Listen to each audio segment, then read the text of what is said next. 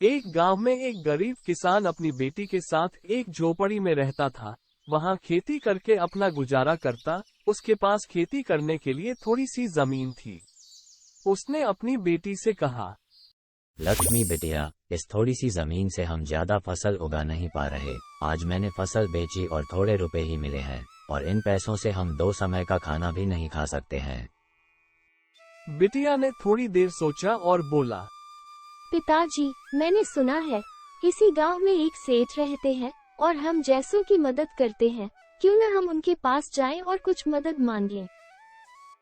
किसान ने थोड़ा सोचा और अपनी बिटिया को बोला, ठीक है बेटिया, तुम उनका नाम और पता बताओ, मैं जाकर उनसे बात करूंगा। बिटिया ने उस सेठ का नाम और पता बताया और किसान अगले दिन उस सेठ को मिलने निकल पड़ा। जैसे ही वहां पहुंचा, किसान ने सेठ को अपनी परेशानी बताई। मालिक नमस्कार, मेरा नाम रघु है। मैं एक छोटा सा किसान हूँ और बहुत तंगी में हूँ। हम जो भी फसल उगाते हैं उससे हमें दिन का गुजारा करना बहुत मुश्किल हो गया है। कोई आपसे मदद मिलती थी तो मैं आपका हमेशा आभारी रहूंगा। सेठ बहुत दयालु था। उसने किसान को खेती करने के लिए अपनी जमीन से थोड़ी सी जमीन दे दी और बोले, देखो भाई, मेरी एक जमीन है, उसमें से थोड़ी जमीन मैं तुम्हें देता हूँ, लेकिन एक शर्त पर। ये सुनकर गरीब आदमी बहुत खुश हुआ और बोला, धन्यवाद मालिक, आप बताएं क्या शर्त है। तब सेठ बोले, देखो, मेरी जमीन पर जो फसल उगेगी वो तुम्हारी होगी, लेकिन जमीन पर तुम्हारा कोई हक नहीं रहेगा, वो मेरी ही रहेगी। बिल्कुल मालिक, जमीन तो आपकी ही है और रहेगी। किसान बहुत खुश हुआ और अपने घर लौट आया। खुशी से अपनी बिटिया को बुलाते हुए कहा, लक्ष्मी बिटिया, सेठ ने हमें उनकी जमीन से थोड़ा हिस्सा दिया है और वहाँ हम फसल उगा सकते हैं। पिताजी, ये तो बड़ी खुशी की बात है।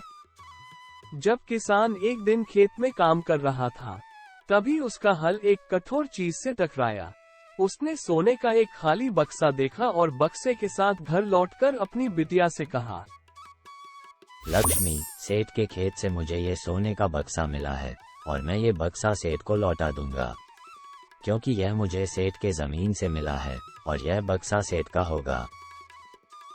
किसान की बिटिया बहुत चालाक थी। थोड़ी देर सोचने के बाद बिटिया ने बोला, नहीं पिताजी, आप ऐसा ना करें। आपको केवल सोने का खाली बक्सा ही मिला है। अगर सेठ ने आपसे बक्से में का सोना मांगा तो आप क्या करेंगे? इसीलिए आप इस सोने के खाली बक्से को अपने ही पास रख लीजिए। सही वक्त आने पर हम सेठ को ये बक्सा वापस कर देंगे। किसान बहुत ईमानदार था और उसको अपनी बिटिया की यह बात अच्छी नहीं लगी।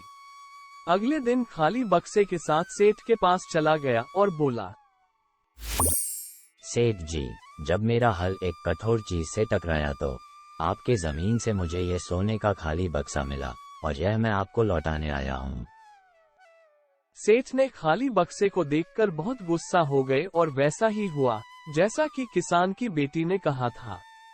सेठ ने सोचा कि किसान ने लालच में आकर सारा सोना अपने पास रख लिया है। वह गुस्से में बोले, तुमने क्या मुझे मूर्ख समझ रखा है? तुम लालच में आकर सारा सोना अपने पास रखकर मुझे खाली बक्सा लौटाने आए हो। इसकी सजा तुम्हें जरूर मिलेगी। बेचारा किसान सेठ को सोने का सामान देने के लिए कहता है। नतीजा ये हुआ कि किसान को जेल में डाल दिया गया।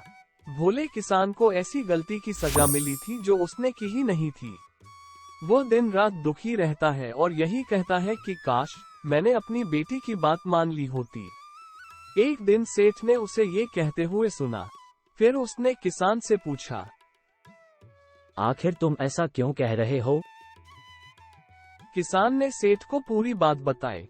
ये सुनकर सेठ को अपनी गलती का एहसास हुआ और किसान को फौरन छोड़ दिया। उसकी बेटी को सेठ ने अपने घर बुलाया। उससे बातें करने के बाद सेठ को पता चला कि वो बहुत ही बुद्धिमान है।